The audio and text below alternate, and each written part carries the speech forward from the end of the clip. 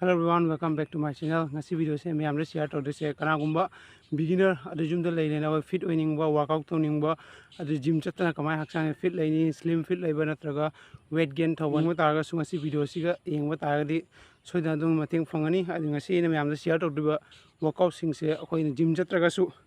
कमाई ना body weight workout तौर हक्सांग fit लेगनी अमसुंग normal person अमना सु तौबा या workout होतनी so stay tuned aduga workout se tawai damakta mayam open field chapa yani ya open field later su yum da sum tawai agani. So let's begin today workout. Ngasi ni tawai workout ase ahamba stretching tawni warm up tawni aduri kana kuma beginner ahamba workout taw matam da instantly workout tawa ta body pain na joint pain tawni adi damakta ahamba warm up tawni stretching tawni adi matung da first exercise running adi matung da body weight ki workout khare exercise tawni ngasi di ahamba ni na jamna hen advance ba tawro adubu ngasi in tawdeba workout sing se mayam na effective ogani. So let's begin.